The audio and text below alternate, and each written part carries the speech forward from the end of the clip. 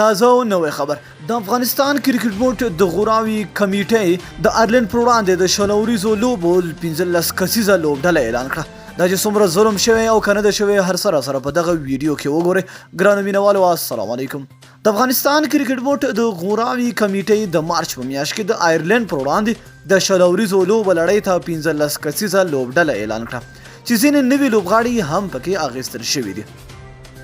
په دغه 15 کسیزه لوبډله کې عظمت الله عمرزی او قیس احمد هم شامل دي.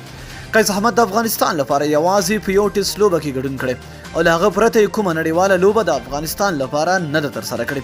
همداراز عظمت الله عمرزی بیا د افغانستان لپاره په هیڅ فارمیټ کې هم لوبه نه ده ترسره کړې. همداراز په دغه سکواډ کې شاپور زدران هم ځای لري چې خپل وروستۍ شلوریزه لوبه د بنگلادیش پر وړاندې د 2013 کال د جون په 15 منټه ترسره کړې وه او د 240 منډو په بدل کې یو وکټ ترلاسه کړې وه. کریم جنت چې د ویسټ انډیز پر وړاندې په لوبو کې ښه ځلېدلی و هم په لوبډله کې شامل دي. همداراز ګلبدین نایب، سمیع الله شینواري او عثمان غني هم 15 کسیزه سکواډ کې شامل دي.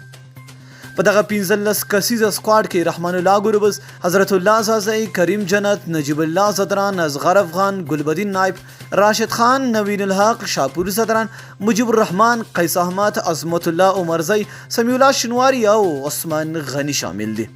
19 کلنه قیس احمد چې په بیګ بار سیالیو کې ولوبېده او ښه لوبه یې نندارې ته وړاندې کړه، د افغانستان لپاره تر اوسه پورې یوازې یو ټیسټ لوبه د بنگلادیش پر وړاندې ترسره کړې ده.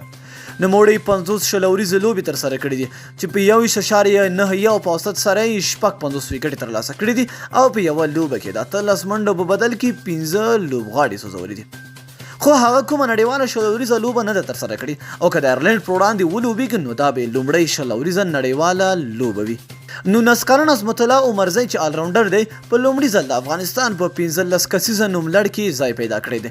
هغه تر اوسه 15 فرست کلاس، 18 لیسټای او 3 شلوریزې لوبې ترسره کړي دي خو د افغانستان لپاره کومه نړیواله لوبه نه ده ترسره کړې. نو دوستانو تاسو څه فکر کوئ چې لوبډله څنګه ده؟